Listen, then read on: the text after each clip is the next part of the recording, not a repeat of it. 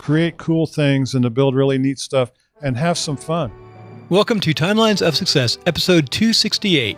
We record this episode at the University of Reno Innovation Center. What a fabulous place and a great place for entrepreneurs to work. Today's guest is Steve Bell. Steve Bell is an entrepreneur from Silicon Valley. He makes his home now in Reno, Nevada.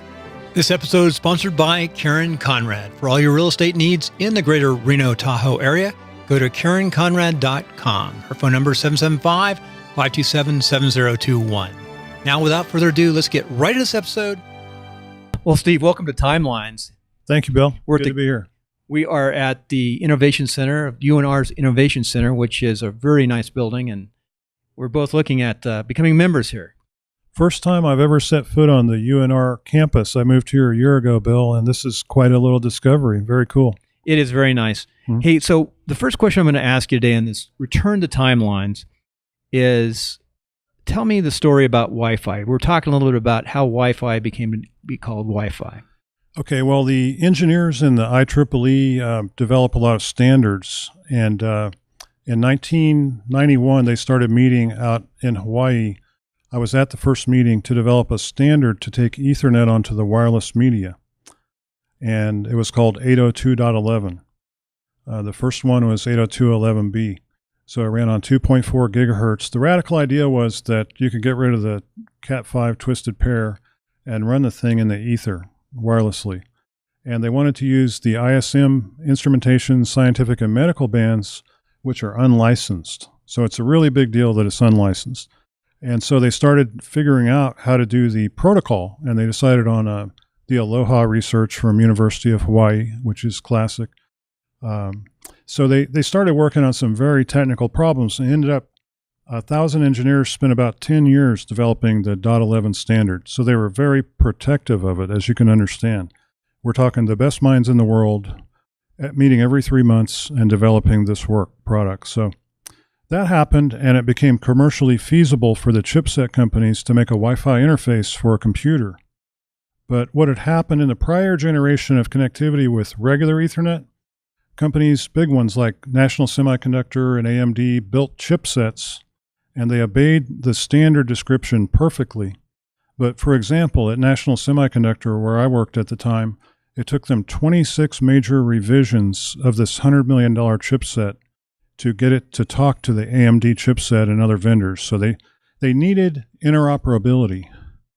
So what happened was a bunch of business guys like myself, in particular 3 of us, got together and said, let's form a program where we can test this 802.11 and make sure that all the chipsets and all the software from the different vendors will work together without hanging up this time. Let's don't have another disaster like that Ethernet thing, where it takes 5 years to get it all to talk. And FDDI was actually a worse crisis in the networking industry. There was a big blow up at the San Jose Convention Center when the first FDDI ring was demonstrated. The whole network running the whole show locked up when AMD and National couldn't interoperate.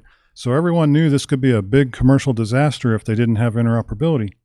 But what happened was I had established a large-scale test lab called Silicon Valley Networking Lab at 2681 Zanker in the heart of Silicon Valley. And these 2 guys walked in my door. It was Greg and Dave, the head of the .11 committee, the technical guy, and then David Cohen was running the Wireless Ethernet Compatibility Alliance. And so they walked in the door and we started talking about this program and whether it could be done at my lab. And about the 3rd meeting, they came in and they had a letter from the engineers with all the energy invested into this program, developing the .11 standard. And they said, basically, you dirty business guys trying to make some green stuff, don't stop using the term Ethernet. We're going to sue you off the planet. So it's understandable because it was theirs. You know, they spent 10 years working on that. And we said, well, okay, we use the word Ethernet, and this is a commercial initiative between a lot of companies to try to make sure things interoperate. So they're right. Let's go fix it. We need a new name. So David came back a few days later, and he and his wife had been having a glass of wine and relaxing, and she came up with this idea. And basically he said, Greg and Steve, now sit down. I want to give you the pitch. See if you like this. So he goes, okay, high fidelity was really big in the 50s and 60s. How about wireless fidelity, Wi-Fi? It'll be a household name. And I go, that's pretty good, but I don't know about the household name thing. But in Silicon Valley, you never know. It could be. So the thing was, David insisted it has to have a hyphen because it's 2 words. Y-Fi. So for about 10 years, every time I saw a hotel without the hyphen, I would email it to David because it really annoyed him so that he could tell him to put the hyphen in. But yeah, there were a lot of good people in the Wi-Fi Alliance, which is what we renamed it to. Key people like Phil Ballinger, engineering people, marketing people from all the best companies. And they had a logo commissioned that came out kind of funny that they still use today. It's like a unique trademark of Wi-Fi certification. And I ended up, because of the financial pressures that brought on our lab, I had 3 companies trying to acquire us. I ended up selling it to HP right at the turn of the century. And when HP and Agilent split, 4 days later, it was Agilent acquires SVNL. It was their first transaction. And I was very lucky to be mentored by Chuck Akin for 2 years, who actually worked side by side with Bill and Dave. So we set up Wi-Fi certification facilities in London and Tokyo. We ended up, through the nuclear winter in 03, 06, 24 hours a day, 3 labs certifying. It was a $200 million worth of certification revenue as Agilent's global interoperability certification lab for Wi-Fi. So I stayed with it for 2 years, helped set up the labs internationally, did a lot of other things, and HP set up physical layer Ethernet certification, DSL, digital subscriber, did a partnership between Olivetti and Cisco and HP. It was a great ride, had a big time, but it was a small acquisition. It didn't make the front page of the San Jose Mercury News, and I was the only investor.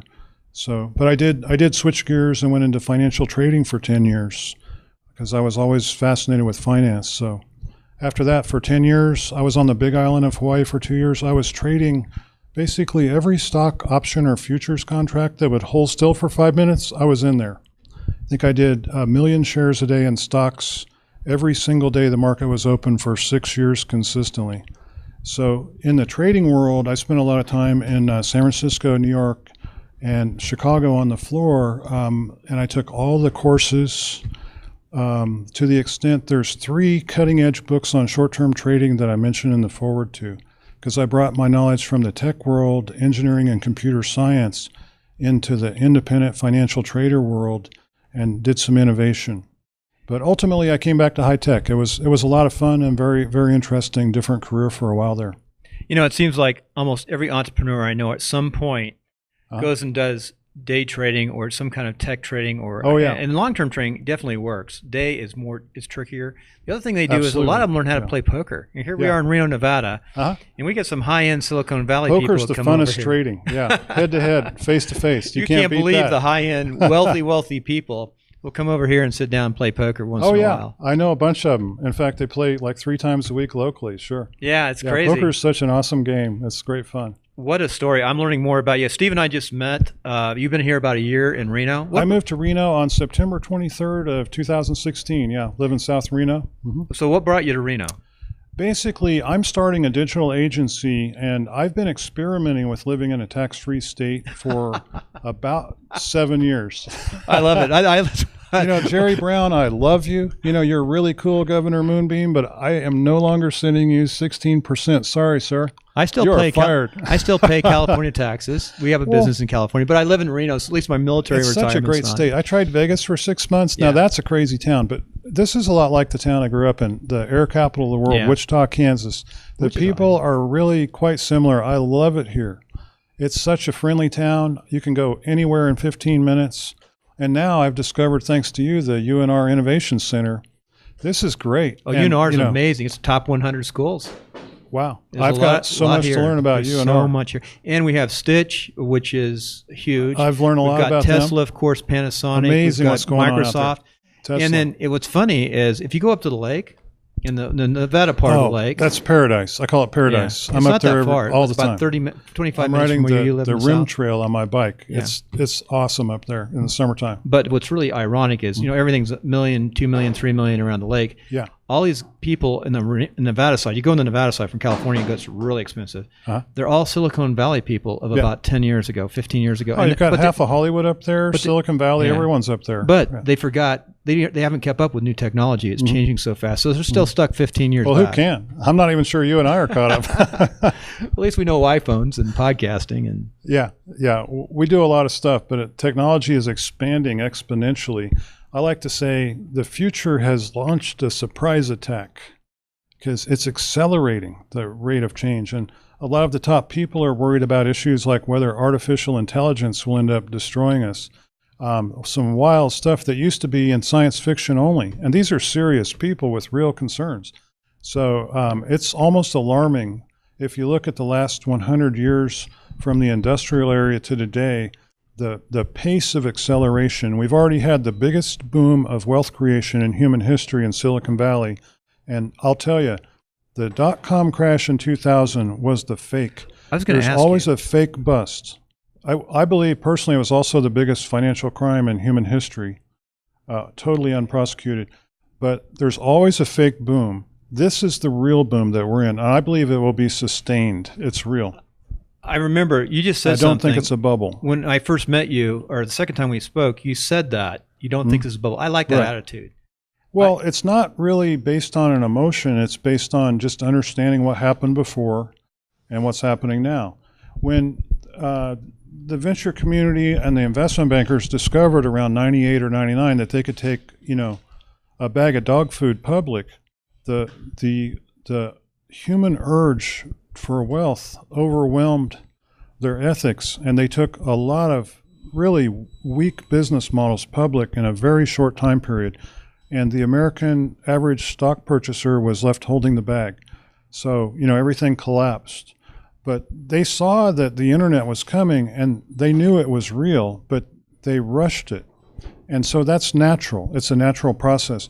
This time, it's a more healthy, organic process, and it's occurring more slowly. Companies like Amazon, these are fantastic companies. This is the Sears and Roebuck of 2017, but it's even bigger. And it's better. It's better, so way much better, time. But, because the technology. Some people haven't adopted, but most have with Amazon. And it just, I actually probably consume less because of Amazon, because I don't go out shopping. You're the smart one. And I read reviews, and I buy good stuff. Sure. Yeah, I mean, it saves your time, too. You don't have to go out and walk around, some drugstore looking for a certain type of paperclip. You just, boom. We have a real estate company that we do this little publishing and printing some of my retailers. And I'm getting it like for half the price off of Amazon that we were getting it before. Fantastic. Just by a little bit of research and better product, the materials to put together the publishing. Yeah, they are really a learning organization. Like The Fifth Discipline is one of my favorite business books back from 15 years ago.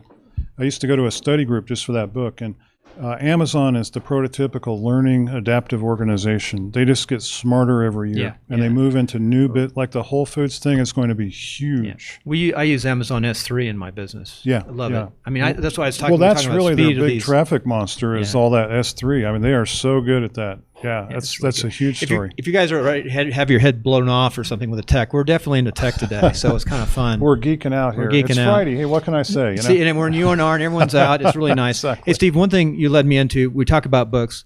What are your favorite books? What is your favorite book? Well, technology-wise, entrepreneur-wise. As far as the classics in business, if you go back 100 years, Napoleon Hill wrote some definitive books on success, which I highly recommend. Especially the younger you can study them, the better off you'll be. But what fascinated me the most about Napoleon Hill's work was he studied the most successful people of his era. And if there's one individual I would pick that he studied, his name is Andrew Carnegie, one of the biggest philanthropers in history. So philanthropic guys, he funded the Carnegie Foundation, but he built the steel business. And Andrew Carnegie was very fond of this principle that he communicated extremely eloquently. He's awesome to listen to because he speaks in current day diction. So Mr. Carnegie believed in the mastermind principle, and he said, I do not know anything about making steel to this day, but I know how to pick a person, and he assembled a mastermind to build his business. And that is the most important skill for an entrepreneur, the mastermind principle. So if you work at it, you can find his secrets and his story for success scattered around U.S. libraries. I have about 3/4 of them, but it is truly a masterwork. So that's going back. And then, coming to the current day, I think one of the most important books that was written by Mr. David Allen, who's become a friend down in Ojai, California, is called Getting Things Done. Is that the real estate David Allen? No, this is the GTD Okay. methodology David Allen. In 2001, when his book came out, I had sold my company. I'm sitting there in Hawaii, and it was in the front page of the Wall Street Journal. I was like, wow, this is what I'm missing. This is my frustration with too many things coming at me, too many projects.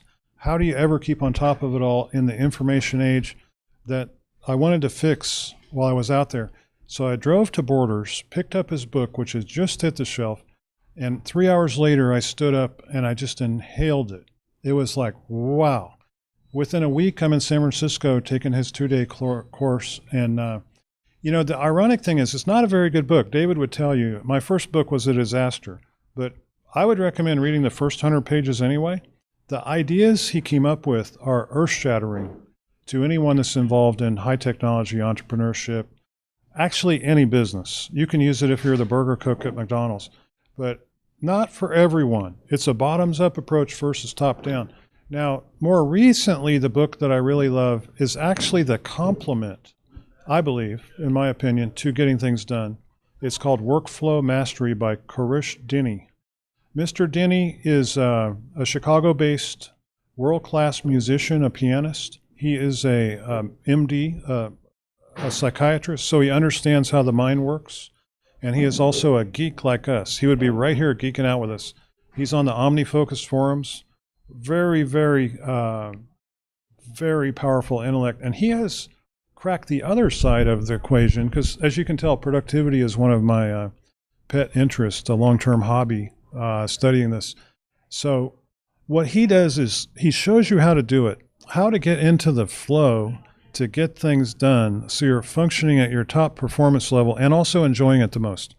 And there's just a lot of things that we mortals don't understand about how humans think and behave. And I believe his book received all kinds of academic awards.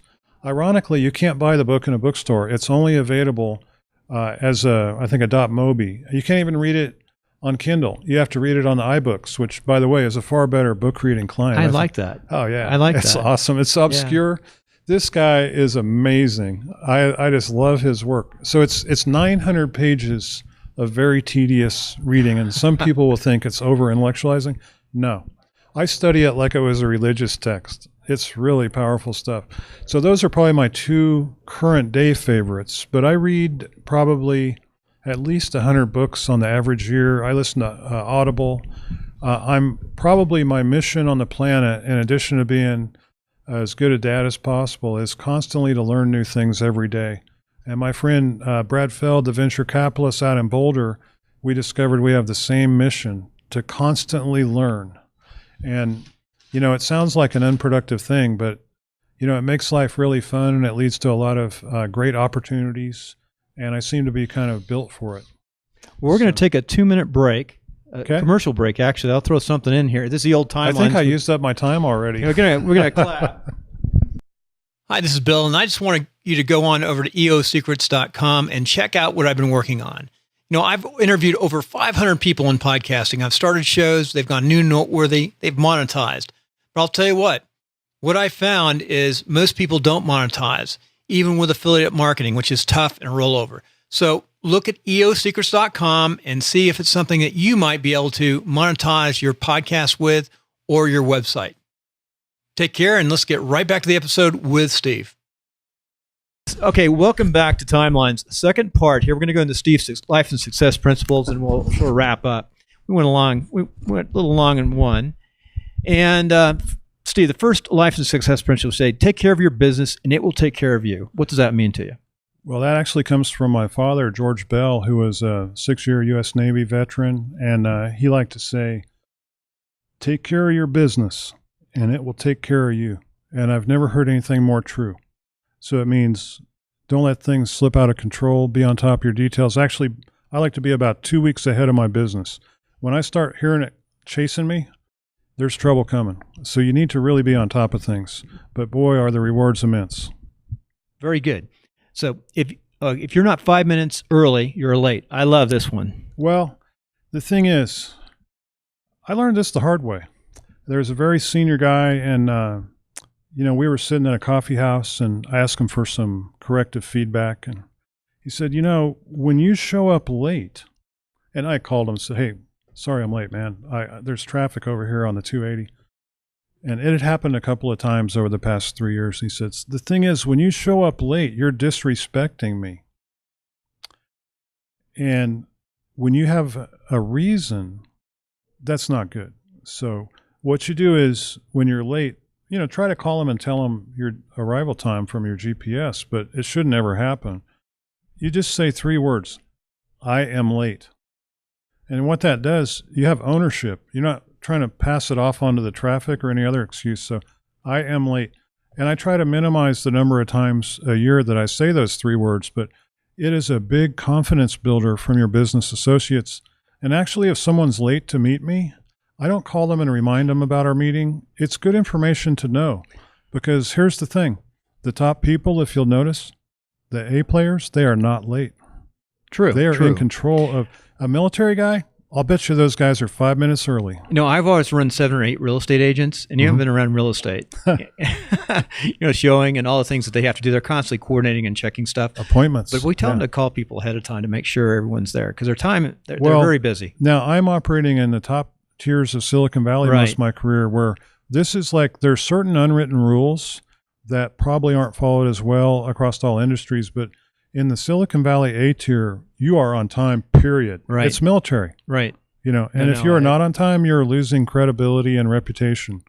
But especially if you're in business. So, they say, Steve, what do you think will be the date that shipment arrives? And you don't go, well, it might be next Wednesday, but I'm going to check with the UPS tracker. It could take till Thursday. No. What you want to do when you get asked a question in business is you might need to ask for more time. You might explain that you don't know, but usually you just answer the question head on. You want to do the opposite of what a really good politician does. They pivot and then they give you an answer that you didn't ask the question for. So you never want to miss the question. If you can hit the question right in the center of the bullseye, people will change how they react to you, but there is a downside. Your boss, and probably your boss's boss, is going to start bringing more things to you because you will be trusted. So if you answer the question, that is direct credibility building. But never make a commitment you can't meet. So when you answer the question, just stick to the answer. And be careful whenever you're making a commitment about some delivery. So there's a tendency, if you can answer the question, to go beyond it and get into new commitments. Just a clean answer to the question and no more is a really good thing. And it will take you far in any business. That's definitely a military concept in war, especially. You have to answer the question to the best of your ability. That might be the as clear as possible, because of the chain of command in the military. People's lives depend on it. Business operating principles came out of the military. It's a real hierarchical command and control. So a lot of the principles from the military are the best stuff you can adopt for business. I've heard the traditional manufacturing, traditional businesses evolve. They use the military structure where we could go into discussion on this. I don't know about Google business, and all these there's a lot of positive changes that have happened, but I know the military has changed too. Right. So, you can't always take something from the past and apply it today because, expectations were different. Things evolve. I agree. One thing I would add to that, maybe if you answer a direct question, but I would like to clarify or say maybe following it up with a clarification what exactly the ramifications are. That's good. That's called engagement. That means they liked your answer and they want to learn more. That's the best thing that can happen. And then answer it directly. Very good. Don't convert your friends and business people to business people. Right. Like if you're in a job and you become friends with the people you're working with, that's all good. It's healthy. It's a positive. But if you have friends, don't pull them into your business. Now, this is just my personal style that I've learned from making mistakes. Because whenever I have a mistake, one of my Bell's rules, I have about 500 rules in a database that I've slowly accumulated. So whenever there's a mistake or something bad happens, you can feel bad about it. That lasts about 5 minutes and does absolutely no good. What I try to do is find what caused the mistake that I owned and then see if I need to create a new rule to fix it. Because, you'll make mistakes repeatedly until life teaches you that it's not working and you change. Why not just try to get the lesson right away? And that way you can operate with less friction and less problems. So I'm looking for the lesson in there that I can extract from any bad situation. Usually you can find it by looking in a mirror. It's funny how that works. So with friends, it's highly likely there's going to be bad things happen if you pull your friends into your business. Not always true, and there's a lot of good family businesses, but with a friend, for example, like I'm going to come to UNR and recruit interns for our agency. They're going to be strictly a professional relationship, so if it doesn't work out, I can say, sorry, here's the reason, goodbye. If it's a friend, they're mad for life. So you can't do business in a healthy way with friends. I totally understand that, especially with employees too, because sometimes you might have to fire people. Yeah. I've been in family businesses we never fire family. It just doesn't happen. You can't. But sometimes we set them up doing different things. And you send them to Siberia. Yeah, there's creative ways to do that too. And my wife is running a real estate division, and it's unique. It takes a special talent. You work for her anyway, right? We could talk about family businesses. But friends, I think I follow what you said, but when I think of friends, I probably only have a handful of very close friends. Mm-hmm. Most people are that way. And for example, in high school, Jeff Dahl, who's an architect, San Luis Obispo. Oh, cool. Wonderful architect. I've had him do some work for me, but it's contract, individual work. And we've thought about working together, but we haven't. I mean, he's done some project work for me, but, and I've seen him make some big mistakes when he went off in development. Yeah. But we've never developed, I'm a developer builder type thing, in my old day at least. But I can relate to that. And I think one of the reasons why I didn't, even though I really like Jeff, I love his work, I'll have him design my home here. My company actually has a design cell in it, but I'm at the point now where he's going to do my next home, not internal. But I can relate to that because I think that's why Jeff and I never really got together in that aspect, is because we're close friends. Mm-hmm. And I would never want to threaten that relationship. Far more important than some business venture. Yeah. But most people you meet, you like, but they're not real friends. They're professional acquaintances, is what I call them, and which is good. Some people develop very close friendships, though, through the military or through long-term business. And that's all good. Yeah. If you're in a business already and someone becomes a personal friend, great. Yep. Yeah, very good. Those don't tend to go wrong because you're already working together successfully. That's a really good point. Okay, number 5 is don't try to impress people. 2 of my favorite actors are Harrison Ford and Tommy Lee. And in the original Fugitive, he chases them down and they're at the end of a big tunnel and he's going to have to jump. And Harrison Ford says, "But I didn't murder my wife. I'm innocent." And Tommy Lee clearly knows he's really innocent. But he has the 44 and he says, "I don't care."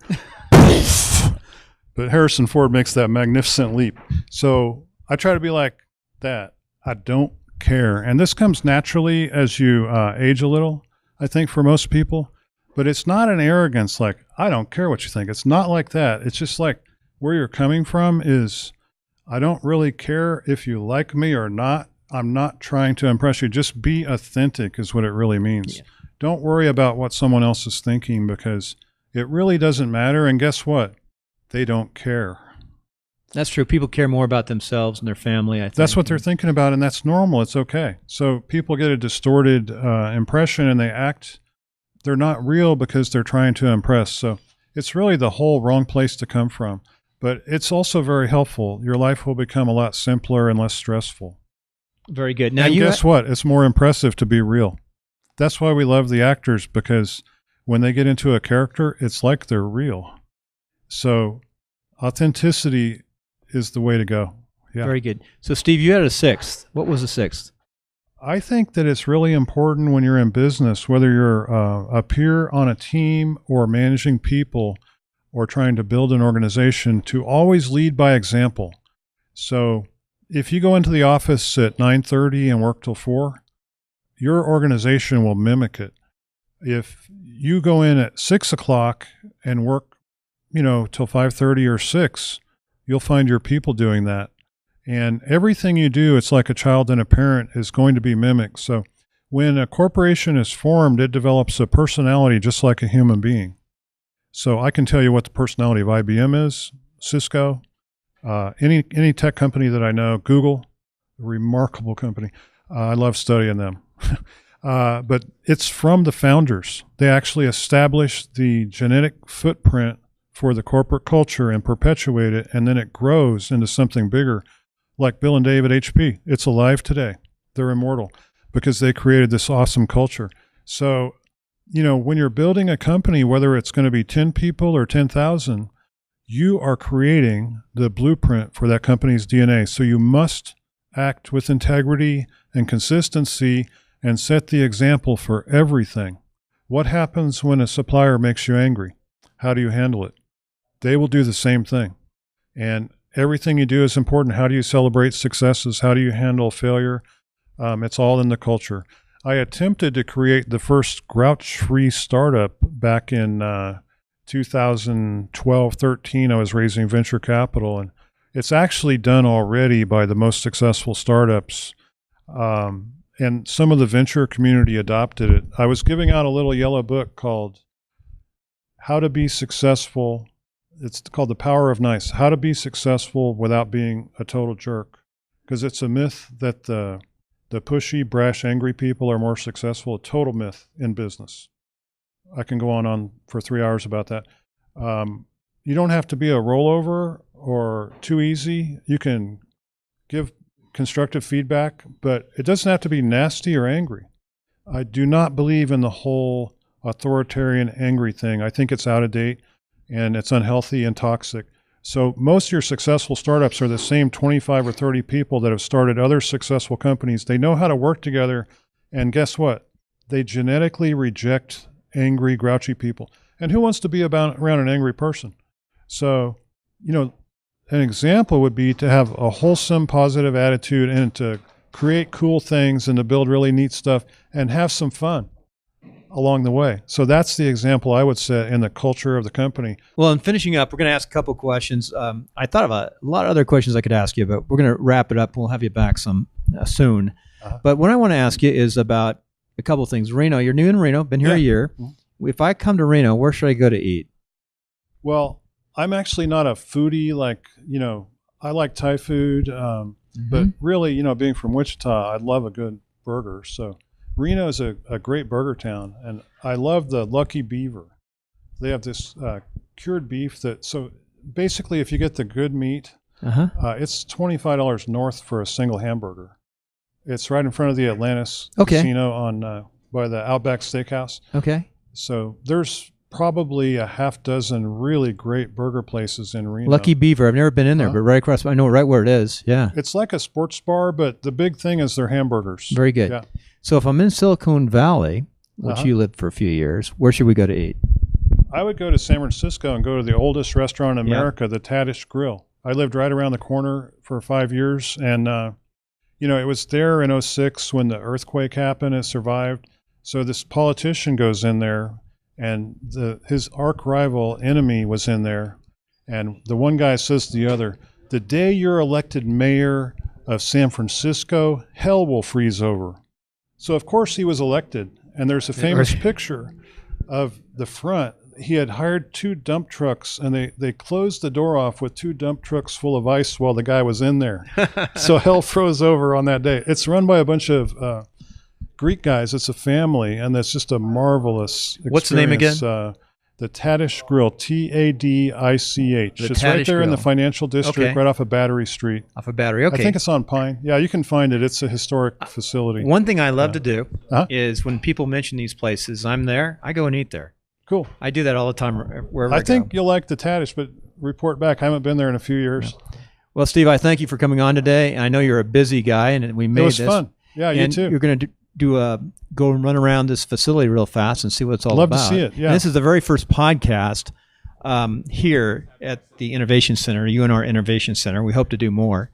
It's an exciting place. They actually have a podcast studio downstairs. Yeah, I was involved at Cal Poly SLO when they were establishing their Innovation Center, and I found it very interesting and exciting. This looks like a great one here, but I'm looking forward to the tour. That's good. All right, thank you, Steve. You bet. This is Bill, and if you could go over right about here and subscribe, we'd just really appreciate it. If you're on YouTube, if you're on iTunes, please go to the iTunes account and subscribe. Subscriptions really help. Leave your comments, and reviews. It's wonderful stuff to do. So thank you for listening in to timelinesofsuccess.com. I want to thank Steve and the UNR Innovation Center.